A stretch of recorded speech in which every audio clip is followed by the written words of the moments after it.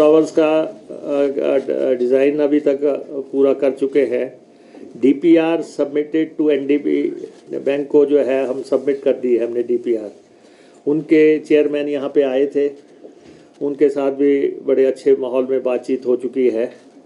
और tender float करने की हम टेंडर फ्लोट करने के नज़दीक आ गए हैं, इसलिए हम आपसे बात कर रहे हैं कि ये प्रोजेक्ट जो कि बहुत ही देश के लिए और ख़ास तौर पे हिमाचल के लिए बहुत ही इम्पोर्टेंट प्रोजेक्ट आने वाले समय में साबित होगा।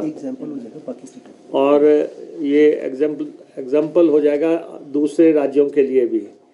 और सेकंड लार्जेस्ट रोपवे है जैसा हमने आपको बताया है।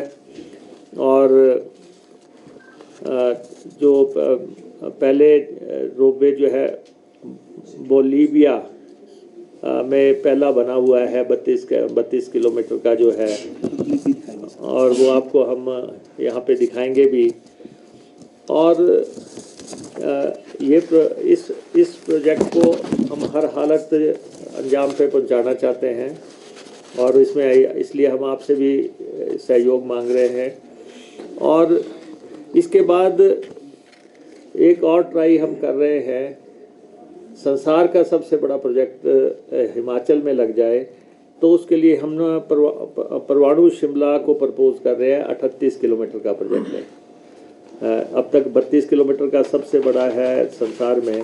हम इस पे भी हमने कॉरपोरेशन को चेयरमैन साहब को ये कहा है कि इस पे भी साइमल्टेनियसली काम आप शुरू करें, ताकि सारे संसार में अगर हम पथ प्रदर्शक बन सकें तो इस रोपवे पे भी पीपीपी मोड पे हम करना चाहते हैं। ये 6800 करोड़ रुपए का प्रोजेक्ट होगा।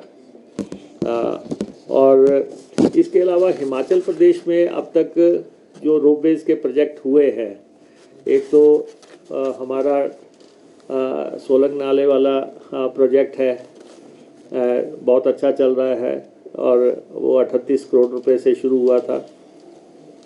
टाटा ने धर्मशाला में प्रोजेक्ट लगाया था 200 करोड़ रुपए के आसपास का। वो जब हम 7 से 12 के बीच में हमारी सरकार थी तब हमने टाटा के साथ नेगोशिएट किया था और वो प्रोजेक्ट धर्मशाला में लग के तैयार हुआ।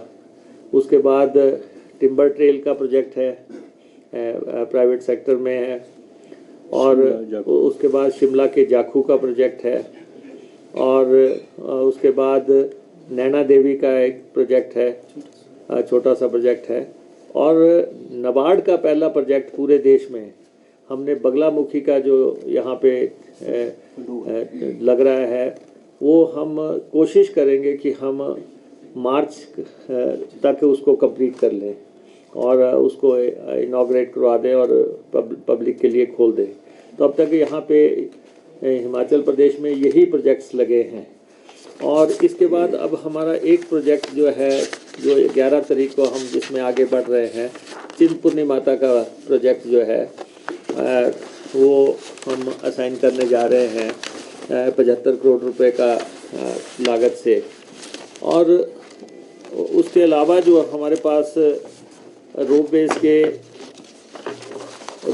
रोपवेज में प्राइवेट सेक्टर को एनकरेज करने के लिए हमने नीतियों में परिवर्तन कर दिया है और कैबिनेट ने उसकी जो भी डिपार्टमेंटल प्रपोजल्स थी उसको कैबिनेट ने अप्रूव कर दिया है, ताकि ईज़ ऑफ डूइंग बिजनेस के हिसाब से हम इस सेक्टर को आगे ला सकें। और स्विस चैलेंज पॉलिसी उसको हमने अप्रूव किया है फॉर सेल्फ आइडेंटिफिकेशन प्रोजेक्ट। जो लोग खुद ही प्रोजेक्ट आइडेंटिफाई करेंगे और आगे बढ़ना चाहेंगे, उस नीति को भी हमने अब अप्रूवल्स दे दी है। और